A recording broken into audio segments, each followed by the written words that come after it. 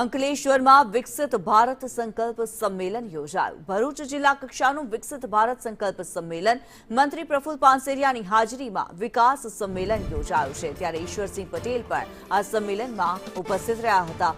મોદી સરકારના 12 વર્ષના વિકાસની ગાથા વર્ણવવામાં આવી। સરકારની યોજનાઓ જન જન સુધી પહોંચાડવા આહવાન કરવામાં આવ્યું।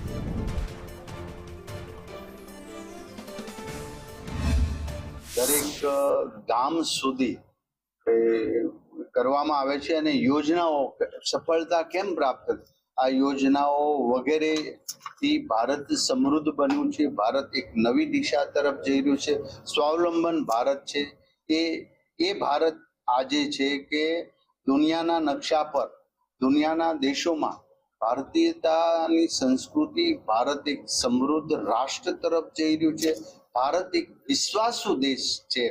આ શાસનથી એ પ્રસ્થાપિત કર્યું છે। આદરણીય નરેન્દ્રભાઈ મોદી સાહેબે ગરીબો માટે, ખેડૂતો માટે, મહિલાઓ માટે અને યુવાનો માટે અનેક યોજનાઓ લાવી ઘર ઘર સુધી આ યોજનાનો અમલીકરણ કર્યું। સેવાનો માનવી હોય એ તમામને તમામ યોજનાના લાભો મળે।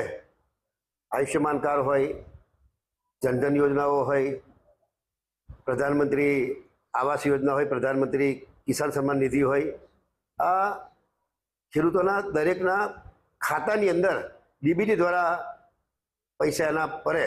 ભૂતકાળમાં જે વચ્ચેની કટકી ખવાતી એ કટકી પણ બંધ થઈ ગઈ છે, જેને કારણે જોઈએ છે કે